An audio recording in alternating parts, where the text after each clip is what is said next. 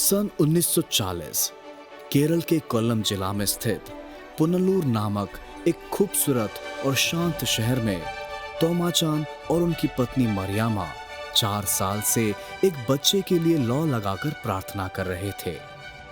अंत में उनकी प्रार्थनाओं का उत्तर मिला जब बहन अन्नमा काटिल द्वारा परमेश्वर ने भविष्यवाणी की कि उन्हें एक पुत्र प्राप्त होगा जो प्रभु को समर्पित किया जाएगा। उन्हें निर्देश मिला कि उन्हें इस संतान के लिए कुछ भी निवेश या बचत करने की जरूरत नहीं है, क्योंकि प्रभु उसके लिए सब कुछ प्रबंध करेगा।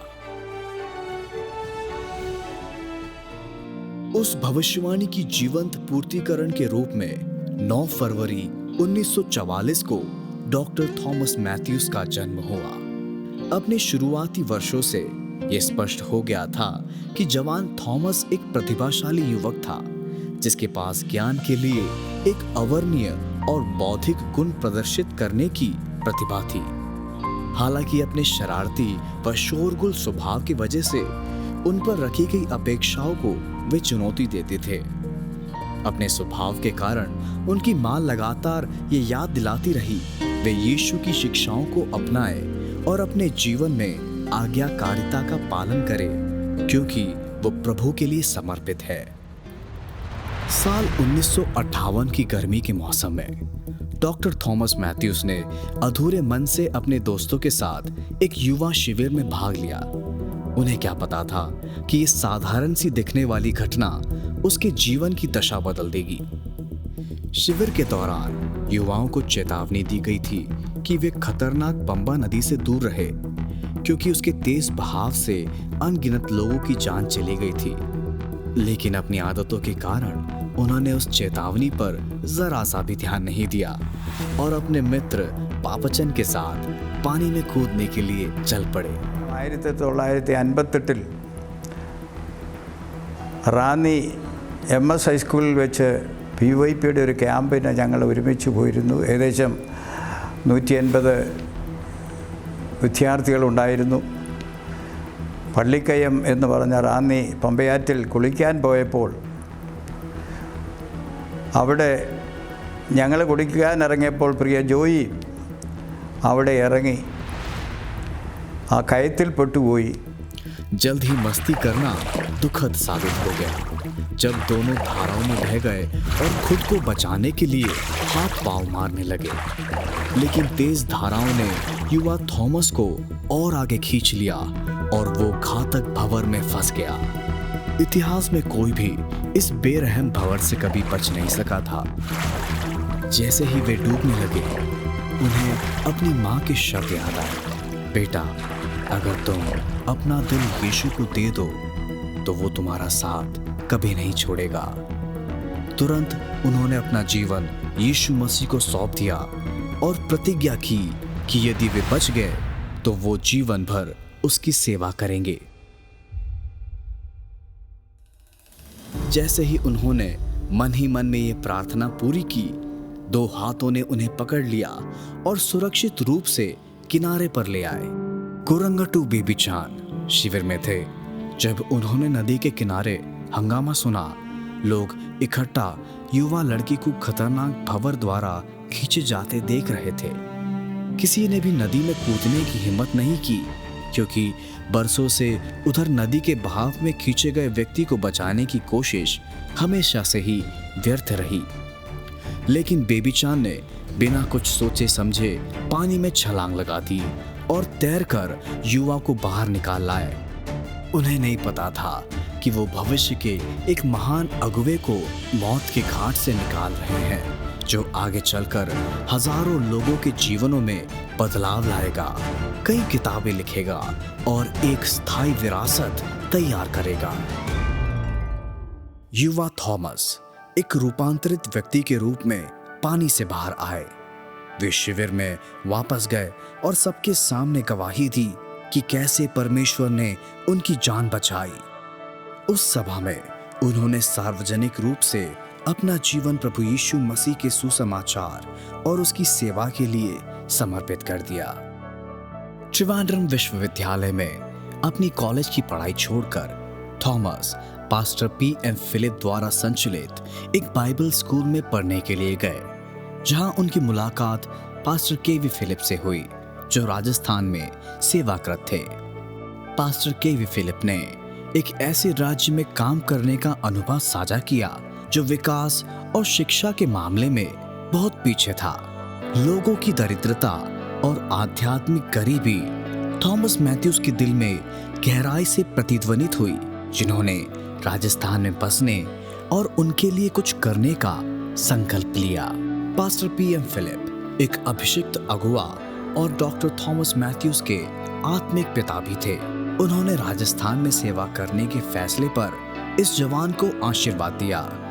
उनके इस फैसले का उनके परिवार ने गर्मजोशी से स्वागत किया और उन्होंने उन्हें प्रोत्साहित किया। भले ही परिवार पर आर्थिक बोझ था, फिर भी उन्होंने उन्हें प्रार्थना पूर्वक जरूरतमंदों की सेवा करने के लिए भेज दिया। रोते हुए उन्होंने अपने जन्म स्थल को अलविदा कहा और कोट्टयम से दिल्ली जाने वाली ट्रेन में सवार हुए। ट्रेन उनके प्यारे परिवार और दोस्तों को छोड़कर आगे बढ़ रही थी जब उनके मन में कई सवाल उठे। कुछ हद तक डर भी लगने लगा। दूर दराज इलाका, अनजान लोग और संस्कृति, अपरिचित बोली, क्या वहां जाना और सेवा करने का निर्णय सही था? अपने परिवार के प्रति जिम्मेदारियों से पल्ला झाड़ना कहां तक सही है? क्या राजस्थान के लोग मेरा स्वागत करेंगे? वे अपनी यात्रा केवल 100 रुपए से कर रहे थे, जिसमें रेल टिकट की कीमत ही 57 रुपए थी। आत्मनिरीक्षण के उन क्षणों में उन्होंने परमेश्वर के चेहरे को देखा और आगे आने वाली हर विपत्ति का सामना करने का साहस बटोर लिया। दिल्ली पहुंचने पर कुछ हफ्तों के लिए करोल बाग में पास्टर M.K. चाको के साथ रहे। Pastor M.K. चाको ने उन्हें कहते हुए चुनौती दी। उनके जैसे कई जवान उत्तर भारत की सेवा के लिए आए थे। शुरू में बड़े जोशीले थे, लेकिन जब देखते हैं कि खाने पीने का कोई ठिकाना नहीं और कुछ मिले तो खान पान अलग है, अपनी बोली में बात करने वाला कोई नहीं, तो उनका दर्शन फीका पड़ जाता है और वो अपने लोगों के बीच लौट जाते हैं। उन्होंने पूछा, क्या तुम भी ऐसा तो नहीं करोगे? ये सुनकर जवान थॉमस मैथ्यूस ने प्रति उत्तर दिया कि मुझे राजस्थान में सेवा करते करते अगर मरना भी पड़े तो भी मैं पीछे नहीं हटूंगा।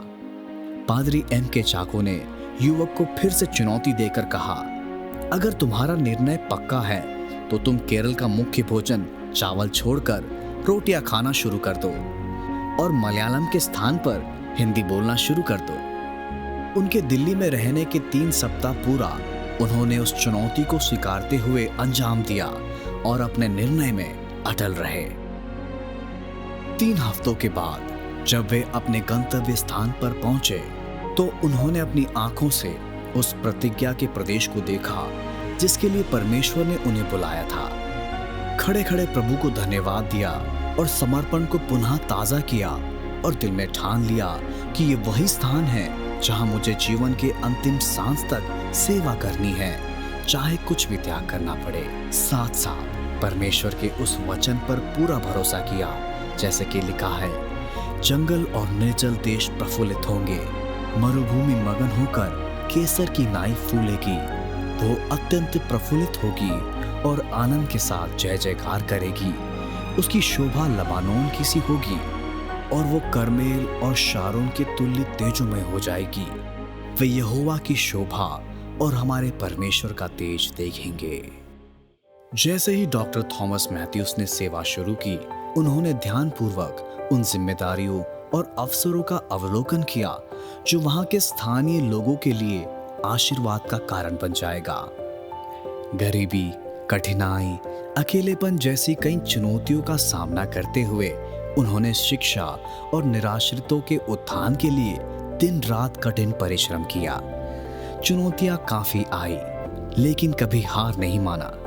वो एक दूरदर्शी अगुवा थे जिन्होंने भारत में फिलाडेल्फिया फेलोशिप चर्च की स्थापना की, जो आज देश के कई राज्यों में स्थापित है। स्थानीय लोगों को ऊपर उठाने के लिए और उन्हें परमेश्वर के वचन से लैस करने तथा कल के अगुओं को तैयार करने के उद्देश्य के साथ फिलाडेल्फिया बाइबल कॉलेज की स्थापना की। इन सेवाओं के साथ साथ सामुदायिक केंद्रों के जरिए भी कार्य शुरू हुआ, जहां शिक्षा, स्वास्थ्य शिक्षा, स्व सहायता आदि बातों के लिए प्रोत्साहित किया जाता है।